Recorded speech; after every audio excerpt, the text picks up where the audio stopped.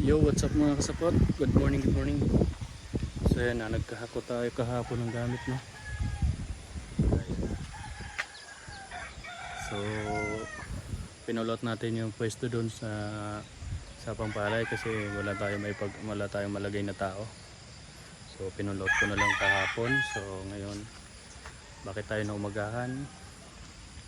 So, yung mga gamit natin nasa loob. So bakit tayo na umagahan dito mga kasupot? Kasi bad news ay yung isang baboy natin nabalian. So yun, kahapon pa sana yun na kakatayin, kaso alanganin na yung oras, kaya sabi ko bukas na lang. At yun, nabalian, parang hindi na makatayo. So katayin na lang siguro. So pagkatapos natin kumatay or magkatay, saka tayo uwi maya maya. Ay, si Bibi Kalbo ko, si Bibi Kalbo.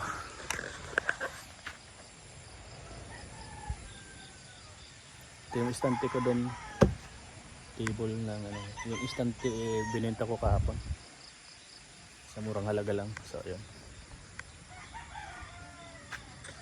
Ayan, bossing. Ayan, pinuntahan niya yung magkakatay. Baka sumubra na sa katawan. Sherwin.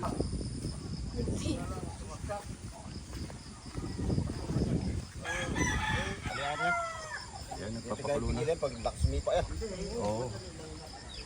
Ang manok.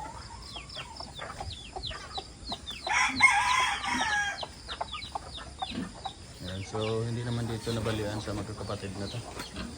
So ayan sila.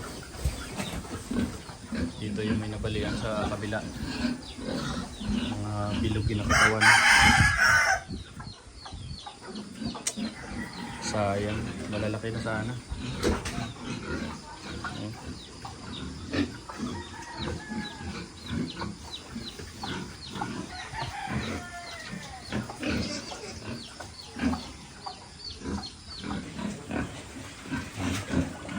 Ito na lang.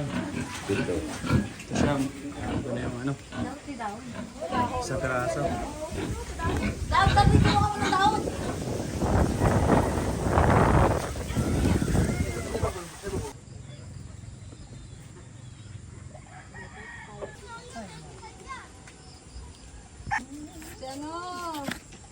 Si ano yun, dyan si Kapanyer.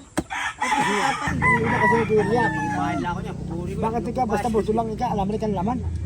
Masarap sa ano yan? Sigang. Linggo bang ha? Sigang. Kailan ka nagpapang?